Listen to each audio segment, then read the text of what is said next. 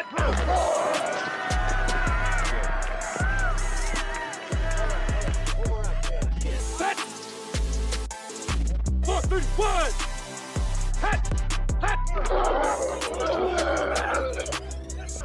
what's up, everybody? Welcome to the Sunday Morning Quarterback. Today, we are three pastors who love ministry, leadership, and sports. It's a solar eclipse Monday, and John is coming from his local Panera Bread. John, how are you doing today, sir?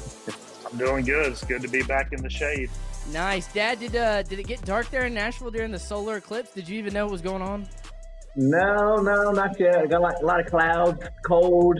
We're getting ready to get some big rains, but nothing big from the solar eclipse yet. Dude, I'm telling you, it happened here, and it got dark. Things started moving. It was pretty wild. It actually looked cooler without the glasses, but I'm probably going to go blind now.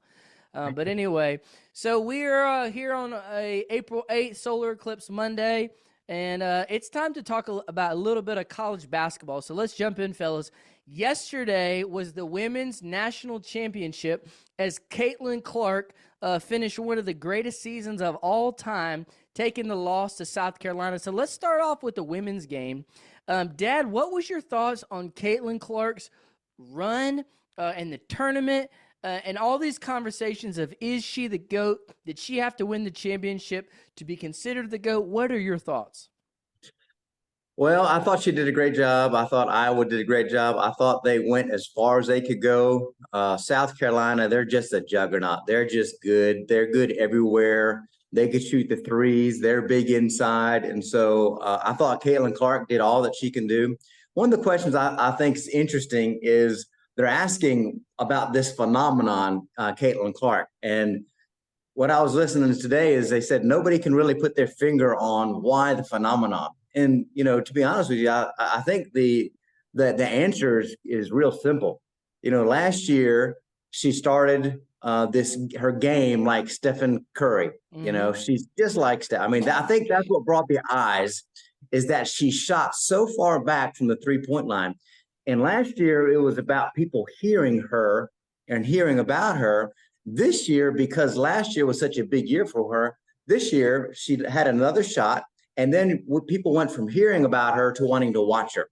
And then they're watching this game. And the first thing that you do is when you see something special like that, with somebody shooting 3 points from 35 feet away and doing a fade at that, you tell somebody about it. And so last year was about hearing about her. This year was about seeing her. And then she makes this incredible run without being on a storied franchise. And of course, then the storylines come in because you have LSU, you got the antagonizer, then you have South Carolina, that big brute of a team that they're just so good and powerful. And then you got this girl and this girl in Iowa, and everything came into alignment. And I think you saw this beautiful transition of women's basketball, people seeing skills, all eyes, and it was something fun to behold. This year was so interesting if you compare the men's and the women's tournament. Almost in a way, the women's tournament has a little bit more light on it because they have more stars. And while the men's tournament has been great this year, not as many in NBA prospects. And so that's been an interesting element too. John, what was your takeaway with Caitlin? Obviously, she drew a lot of fans into women's basketball. It'll yet to be seen if that remains. Sometimes you get a player that kind of draws an interest in, so next year will kind of be telltale sign. I think obviously she's a great player. There's no doubt about that. I think if she were on a Davidson, she was on an Indiana State, like Steph Curry or Larry Bird, I think you could really make a claim for her being, a great one, greatest all time, whatever, in the collegiate world. She's on Iowa. They're not great, but they're also not Davidson. They're definitely not Indiana State. So it's hard to maybe rank her up that high. I think, and to be honest with you, there's been some dominant ladies across the collegiate world that have won 4 championships, 4 MVPs. And so it's hard to compare those two things. But I think she's a great player. I think it's fun to watch. I think she ran into a tough game at a tough time and played pretty well in the first half. And, sometimes shots don't fall in a new kind of basketball world. If you're not shooting very well, then it's hard to put points up and you just go to sometimes get put to bed. That's part of it. Yeah, I was listening to Sue Bird and Diana Taurasi, and they were trying to compare it because they were on such stacked teams. And she Mm-hmm. was, Diana was like, man, if I was on a team and I had to go score 30, 35 a game, could I do it? And so I think the fact that she broke the scoring record will help her in the argument. I don't even necessarily think it hurt her because, I mean, she had a pretty average team. And man, she came out firing yesterday. But at the end of the day, I just don't think they could compete with the size. But some of the numbers she put, her game, like I said, very reminiscent to Steph. But if you watch the UConn game, which was fun watching her, and then Paige Beckers, who was really good too, I actually felt like Paige was more of like a Kobe style player. She was really good in the mid range, had a little bit more moves where Caitlin was more so setting up people, and man, she was dropping some dimes. I mean, Mm-hmm. pushing the ball up the floor, no looks, just setting up shots, driving dish. And if you look at like her percentage, like how much of the offense comes through her, I definitely think she's in that conversation. And shout out to Dawn Staley, who really at the end of the day gave her flowers. Mm-hmm. Last year you heard about the revenge tour because Iowa beat South Carolina, and I thought she was very classy in her flowers she gave her just for uplifting the game. And so, if anything, it was fun. It was a must watch. I think everybody's enjoyed it. I'm curious to see how much she can continue it in the WNBA, and she'll have a target on her back for sure. Let's shift to the men's game. Obviously, we have the men's tournament tonight. And so Mm-hmm. by the time this airs, the game will be over, and we'll do a separate preview of that later and put it out. But John, what has been some of your takeaways from some of the men's bracket? Any surprises or anything that stuck out to you so far in the tournament? Sure, yeah, you gotta be surprised by NC State. Everybody's surprised by Mm-hmm. NC State. We dominated them. UNC dominated them early in the year. Came back, got beat as they were running through, beating everybody. Just a matter of time before Banks bumped into a 7-3, 7-4, whatever the size height was going to change and alter the game quite a bit. And so that was really incredible. One thing I would mention, I think that really needs a change is I don't think there's enough time in between games. I would love to see the championship game get kicked to the next weekend in Mm-hmm. part because when it falls on a Monday and a kickoff time at 9:30, those of us on the East Coast, I mean, we're pressing midnight, which I'll be up. That's not a problem. But it also you got some guys that are we're on the 7 to 9 man rotation most teams, and so you got some guys that we probably can put more gas in the tank with a week rest and planning, and probably play a better quality game. I just think it's something probably should be looked at as we kick on. But I think you're going to have a pretty good game. A little disappointed in Czar Hills, but that's the way the tournament runs. I also shocked by the news Calipari making the exodus. Not so much Mm. leaving Kentucky. I think people were seeing that making the move to Arkansas it was not even in my Ooh. brain. Now there Mm-hmm. should be inner rival there, SEC, not far away. It'll be an interesting 6 months as we Mm. progress forward in that. Man, that was real interesting. And I think we can all read the writing on the wall. He didn't want to be fired. He was under the gun. He's thinking, let me get ahead of it early because then he's going to have unrealistic expectations.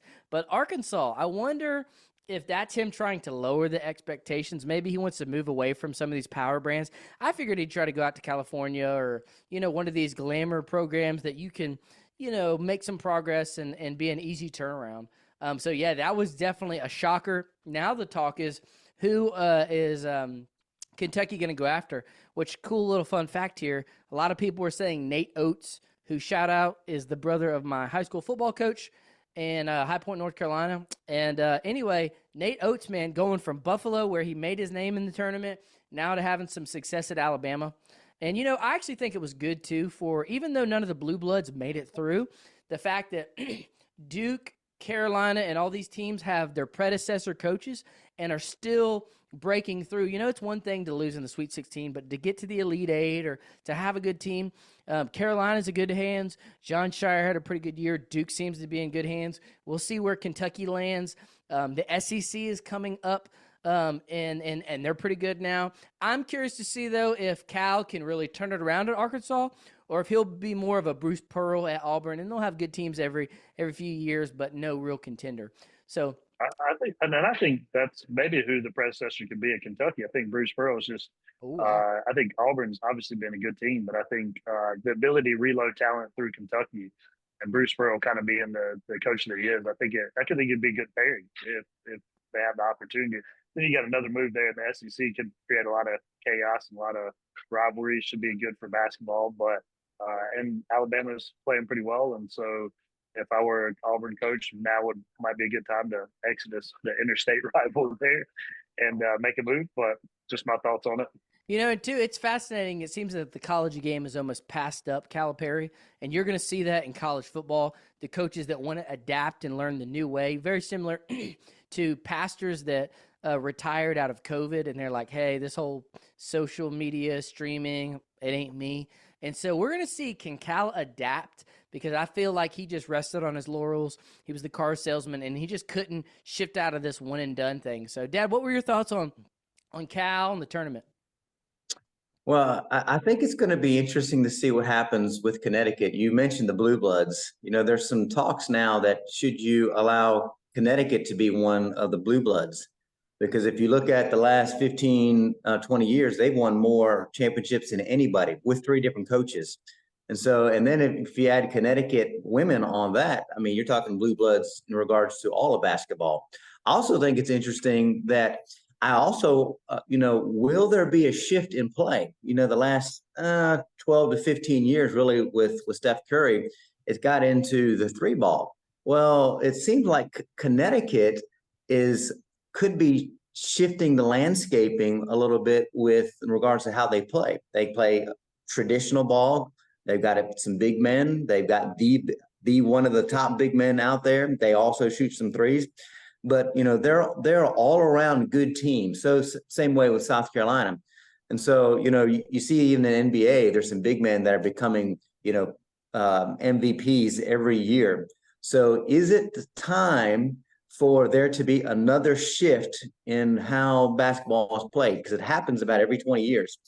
So will they go back to a little bit more of some of the big men in regards to continuing to have 3-point as a staple piece? So, I think that can go through the vein of Connecticut, because I think that what they're putting together is a very good, healthy, full-ranging team that's good everywhere. And I mean, who can beat that? And the last 2 years, nobody.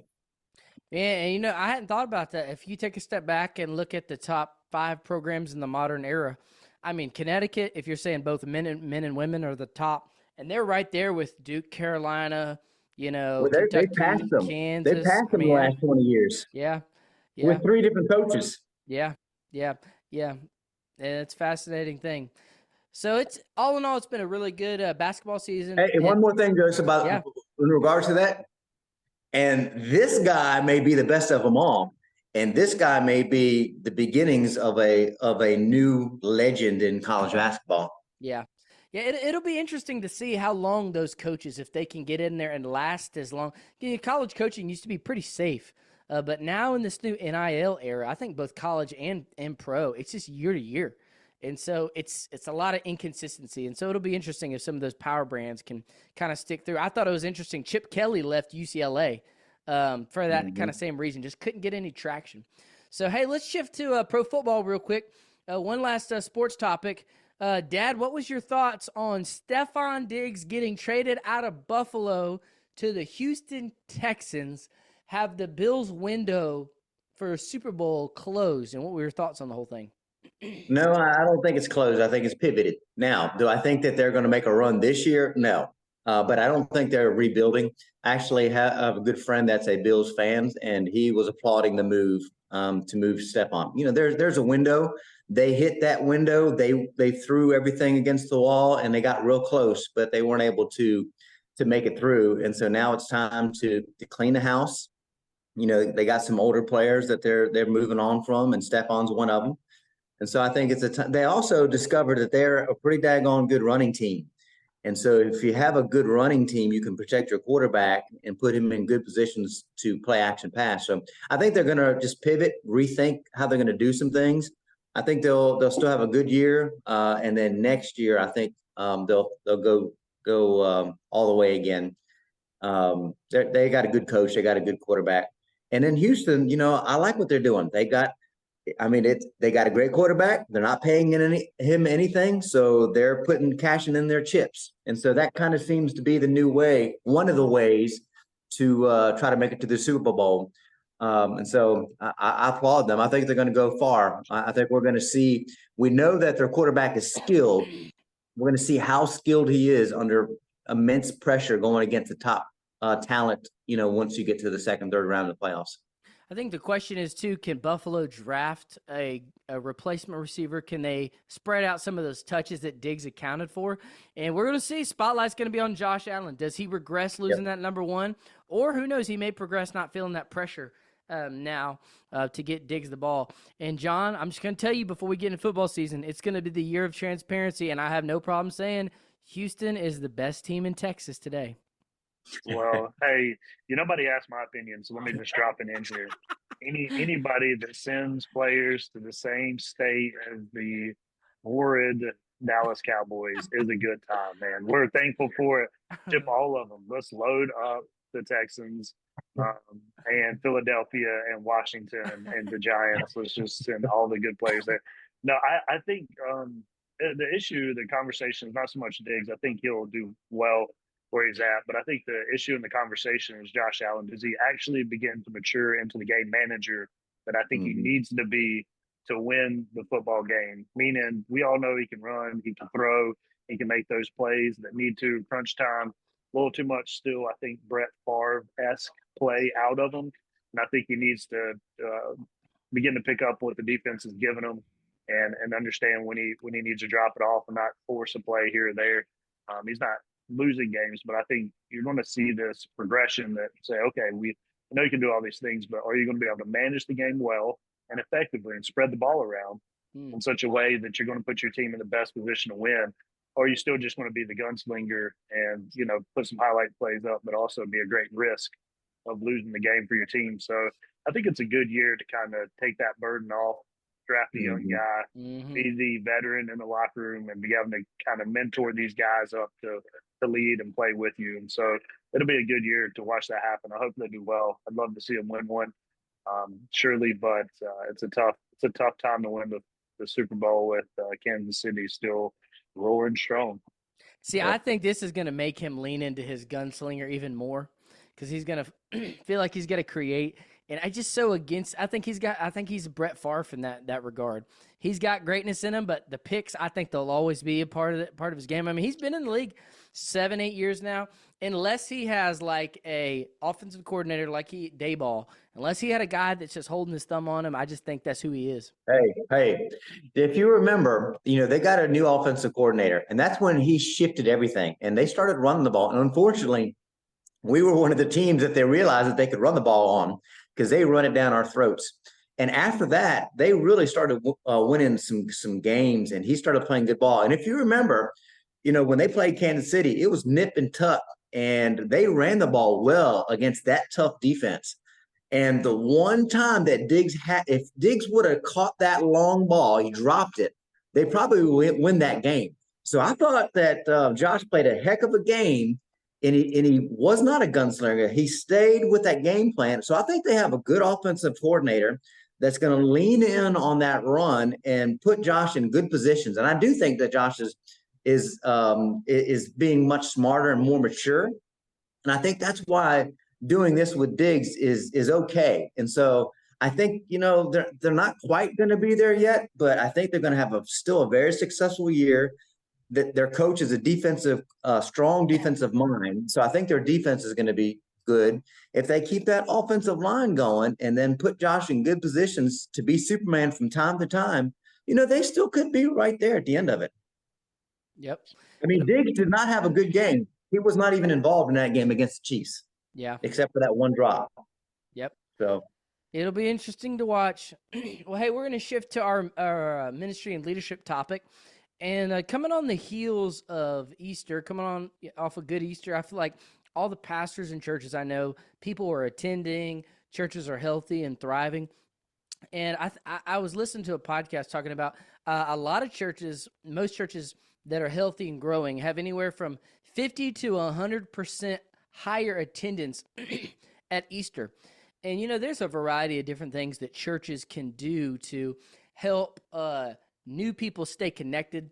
And whether it's, having proper system and protocol with like guest follow up, having a guest gift, getting good information, having a follow up system, doing so, and implementing that in. And so I wanted to talk for a second, or in our time today, about, I think, the challenge that we all face of how to connect with and engage new people.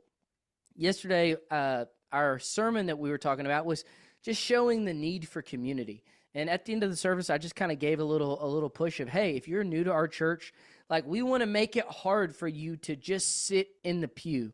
A lot of people come on Sundays and they consume church, but they don't really engage in it. They don't engage in community. They don't engage in serving anywhere. And it's crazy when you hear the dramatic shift in the church body experience from a family when they go from being a tender to somebody who has some skin in the game and feels like they belong and they are a part. And so what I wanted to do is just in our short conversation here today, I wanted to talk about some of the challenges that we face as pastors and churches. What are some of the things that prevent people from engaging, but also what are some ways that we can engage with people and not just ask them to come to us, but go to them and to engage them into the life and the heartbeat of our church, into our small groups, into our ministries, and help them feel like they have a part. So that's just kind of set the table for it, and we can kind of take it any direction we want. John, I'll start with you. What comes to mind? What are you guys seeing at Rainbow Forest, and what success have y'all seen? Well, I think, when you begin to think about new people that are coming into the church, I really view it as a family. And what I mean by that is when you show up at our house for Thanksgiving, and you walk in and maybe you kind of picture me doing all the talking, all the planning. I greet you at the door. I talk with you. I have you sit down at the table or cut the turkey, do all the stuff. And think of if no one else around the table spoke a word to you or engaged into relationship or conversation with you, you'd leave and you go, well, that guy seems okay. And that was a weird time. The rest of your family just kind of sat there silently. I don't know if I'm going to jump into that. But it looked a lot different if you came to my house for Thanksgiving and my daughters opened the door, met you at the door, came in, my wife took your coat, that kind of thing. And we all engaged together. And so one of the things that I shared at the conclusion of our Easter services for the guests that came, I said, look, if you're here and someone here invited you here, they didn't want you just to be invited to church. They want you to be invited to Christ. Mm. When you leave here, I want to encourage you to ask the person who invited you to be here, do you want me to come to Christ? And saying that, I've positioned the truth behind the invitation, that they didn't want them just to come to church. They want them to come to Christ. And so they invited them to church because that's a pathway to come to Christ, to hear the gospel and repent. But also put it in the minds of every person that was there, that was invited. Is their response here is, I need to ask this person, did you really want me to come to Christ? And then hopes that would generate a gospel conversation that would talk about their care for someone's soul. And so I think we have a lot of systems, we have follow-ups, we got emails that go out, we got letters that I send. We do a lot of assimilating activities as the church, institution, staff that kind of connects. My encouragement is, though, to mobilize the greatest gift and in some ways product of both your preaching, your teaching, your investment, that is your people. And catalyzing them by putting a conversation before them as a seed drop so that they can go, wait, my pastor was right. I didn't want you to just come to church. I want you to come to Christ. And that's why I invited you this morning. And so if you can kind of create some of that conversation from the pulpit for the people that are there, what that thing then gives them comfort to go, hey, they're already expecting me to ask this question. They're already expecting me to have this conversation.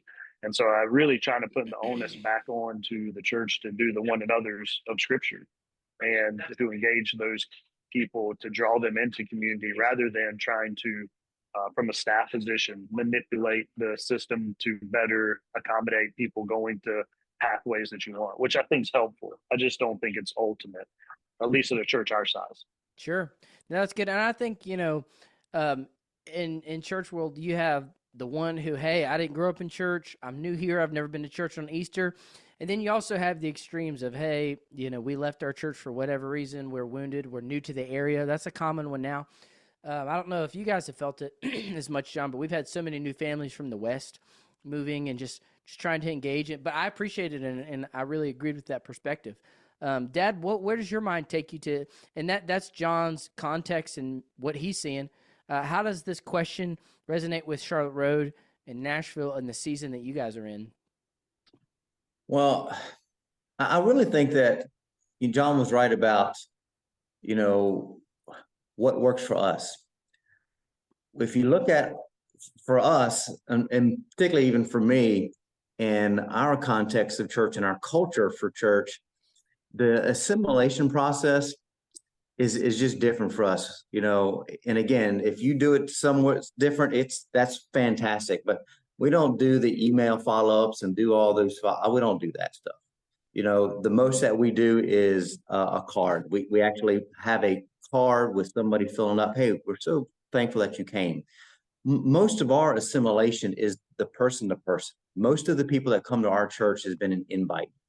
And also, I think it's different, the size of the church. If you're a much bigger church, then you've got to have those systems in place because it's too hard to capture everybody's attention and all. But for us, if somebody comes into church, most of the time we have built a culture where they're like, hey, I'm bringing a friend. And so I'm aware of it before they come on Sunday. And so if I'm told that, I do the follow up with that individual, say, hey, how'd things go? And then I begin to have that conversation with next steps so that it's not just they're involved or just I'm involved, but we're involved together. And so I kind of lead that dialogue for the next few steps. And if they continue to come by the third going into the fourth week, then I will go and make a deeper contact. Most of the time, I'm like, hey, glad to see you, glad you came, small talk, just to get to know them a little bit. By the third, fourth time, I'm inviting them to lunch. And you've heard me say this before, but it has just worked so good in our context because the goal is twofold. Number one, I want to know where they are spiritually. I want to know where they are. Is this something new for them? Are they Christians but have been out of church because they've been wounded? Or are they just moving from the church? If so, why? So I'm learning about them so I can know the next moves and how to pray. And then the goal number two in that is just so they can get to know Pam and I. We're just normal people. We're just people just like they are. And we can find some commonalities, some goals. I try to find out, are they into sports? Are they into movies? Or how can we connect? And what I've learned is once they feel like they can connect to the pastor, then they can connect in other ways within the church. So then they get to know me and then Pam. And then also, like I said, most of the time they are brought in by somebody else. And so that twofold approach works good. And so once we establish what they've come 3 or 4 times, especially if they come the second time, they're interested. And in my mind, an email, and again, I'm not pointing fingers of how you should, but for me, in our context, if they're coming the second time, then they're interested in because of what the environment and the experience they had the first time, or because they had a friend that wanted to invite them. And so, sometimes you just let God work. Let the church, the love of the church, let the Bible and the word of the scriptures do its work. And so if they're interested, then they're going to make their way. If they're not interested, all the follow-up in the world is not going to, get them to be interested. And then, once they come in, of course, like you guys, we try to get them into a small group, at the right time. You find out, sometimes the season's not right for them. And then just, if it's not a good season for them, kind of let the seasons change in their lives and then bring them in a little bit deeper. But a lot of times, they're ready for a small group. And even with that, I try to utilize the friend who brought them. And so as they brought them into church, they can also bring into a small group.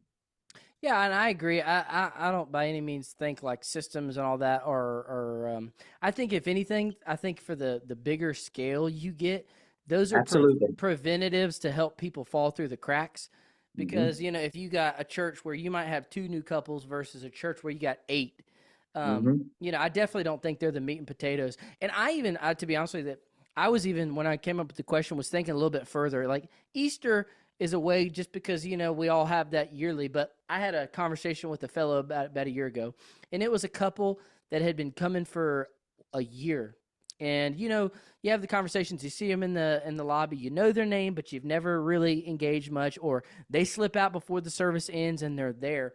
And maybe it's a Southern thing, but the guy came up to me one day and he said, "Hey man," he said, "we've been coming here for a year, and no fault to you guys, but we've been hiding in the balcony." And he's like, "We want to, we need to engage." And within 2 weeks, he was in a group, he was on a team, he was like finding his sweet spot. And man, it was awesome. Not only from what the church gave him, but it was like a breath of fresh air into our, worship team where he landed, into the small group that he landed in. And so I've kind of gone back and forth and asked myself, and I asked him, and he said, he said a lot of times people come in wounded and they have to have a time of, in a season of rest and recovery. But I think a lot of churches, no offense to sometimes smaller churches, they're not clear, or they don't have a next step, or they don't, it's too people dependent. And so finding that balance of, okay, we want to be led by the Spirit, number one. Number two, we don't want to be pushy, but how can we create a comfortable and a safe environment that creates easy on-ramps continually to get in a group, to get engaged, or when in our dialogue? I think a part of it's staff culture too, just developing a culture where, hey, you're going at the pace of the people, but you're constantly, hey, let me get to know you. Let me find where you're at. Because, some people will go to dinner. Some people don't want to do that, and so I'm meeting them where they're at. But constantly preaching, hey man, like, some churches have a negative culture where it's very spectator, come feed me, preach to me, bless me. I don't want to engage at all. And so I think it just depends on your context, your people, your demographic, and all that. John, any final thoughts? Yeah, I would add on to that. I think it's the expectation that you're building week in and week out. So, whenever I'm, sharing the gospel from the pulpit, what I'm telling people is, if you have a question about how to come to faith, the first thing you should do is look at the person sitting beside you and ask them that question. And what I'm doing is that I'm involving them in this assimilation process, right? You can come find me in the back. I'd be happy to talk with you about it.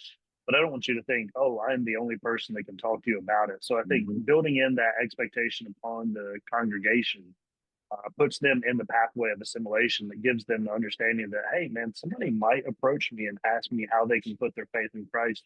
And I need to be ready and prepared to give an answer to that, which moves them out of the show, right? Puts them in a place where they're not looking around going, oh, this is about me. I've accomplished this. I'm doing this.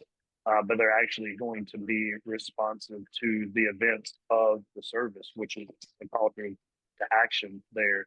And they're being conditioned to go, wait, I got a responsibility while I'm sitting here, not just to hear Norsan, but I have to consider my neighbor who's right beside me. And unless I invite them to consider their neighbor, it's too easy to show up, sing a little bit, hear a good sermon, hopefully, if somebody else is preaching, and kind of move forward. But I think if you have the opportunity to invite them into the neighbor zone where they can say, wait, I got to consider the faith of the person sitting beside me. I think if you can do those things in addition to some of those processes, like I said, we might have 3 or 4 couples every Sunday coming to check it out. Some are watching online, different ages, different demographics. It's hard to capture all those people between 2 different services. And so in our context, there needs to be follow-up and emails and things like that. But at the same time, I think like in you guys, the context is going to look different. And having the invitation to create the expectation from the pulpit while you're preaching to invite people to minister to one another is going to be a necessity, no matter how big of a church you have or small of a church you have. And I think, at least for me, historically, churches I've been a part of, that's not been encouraged. And good, healthy churches I've been a part of, it's not necessarily been encouraged. And so that would be my encouragement for pastors listening out there, to involve your church in the activity of ministry. And they'll take that serious. They'll go home and they'll go, I want to have an answer ready to go. I want to have a next step for my friend. I want to invite them to my small group. I'm going to do some of these things. So the more you can direct the ministry back on the people and not on the holy man at the front or in the back, I think is a helpful part. John, you know, there was such a need for that too 10 or so years ago in the seeker movement when you had all these churches everywhere, and they would almost place the definition of evangelism as inviting somebody to church. It's like, whoa, those are two different things. And, you know, the whole thought of, man, why do we set the bar so low? And honestly, I don't think enough preachers, most people, we've talked about this, either lean super evangelistic and don't feed their people, or feed their people very well and just are not evangelistic. But I don't think we do enough evangelism training within the context of our preaching. You know, if you're looking at Paul's missionary journeys or the book of Acts or the Gospels, and Jesus is constantly given the gospel, you know, not some whole sermon to it, but just little snippets of, hey, this isn't you bring them here, I give an invitation, they get saved under my preaching. No, this is, you know, the gospel is just taking what's been given to you and giving it to others, and training and equipping. I think a lot of that goes with building a culture where that's normative. And then the other thing that I think has been a game changer for churches is each of you guys, along with myself and Paul and Adam, most churches now have a growth track or a new members class, or we call ours our Connect class. And I'll say this, when we are adamant about promoting it and then inviting people to it, we do ours once a quarter, and people are very receptive to that. And funny enough, you know, we joke, you know, most Sunday school classes are start at 9:30. It's very common for people to get there at 9:35, 9:40. The people that come to the classes, I have been surprised with not only how timely are they, but how consistent are they. I mean, it's nothing now for, you know, 10, 15 families to show up 10 minutes before, which is not, you know, what our culture does, but also to be consistent through it. And so one thought is, whether you don't have to be aggressive with it, but, you know, giving people a something to aim to. Hey, if this is you, if you're new here, you've been coming for 6 months, or if you've been here for 20 years and you've never engaged, this class is an opportunity, a doorway to do that. And so, you know, give or take the systems and all that, whatever you do, and you guys do it well, but be clear about it for churches to communicate it. And then when you get them there, make sure it's worth their while. Don't waste their time. Make sure it's meaningful. And that's when you can indoctrinate them with not only the gospel, but also the culture of your church. Dad, any final thoughts? Take us out.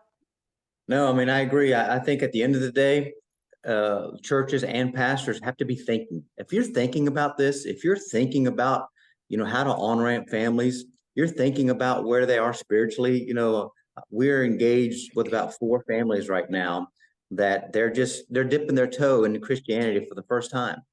And so, I mean, you could easily miss that if your ultimate goal is numbers and how many people come to church on Sunday. But if your ultimate goal is true discipleship and where they are spiritually, and you're willing to do the work to think through things and strategize and pivot when you need to pivot, I think that's the ultimate goal. But I think a lot of times in churches, you know, they're not. It's just how many people are there on Sunday.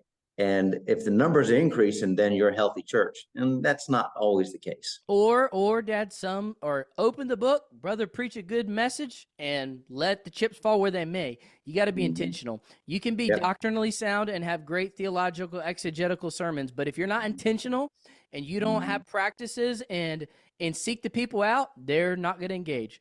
So pastors out there, don't be lazy. Reach out to your people. We'll be back now that football season's over. We're going to be on a bi-weekly schedule, and we will see you guys later. Have a great day.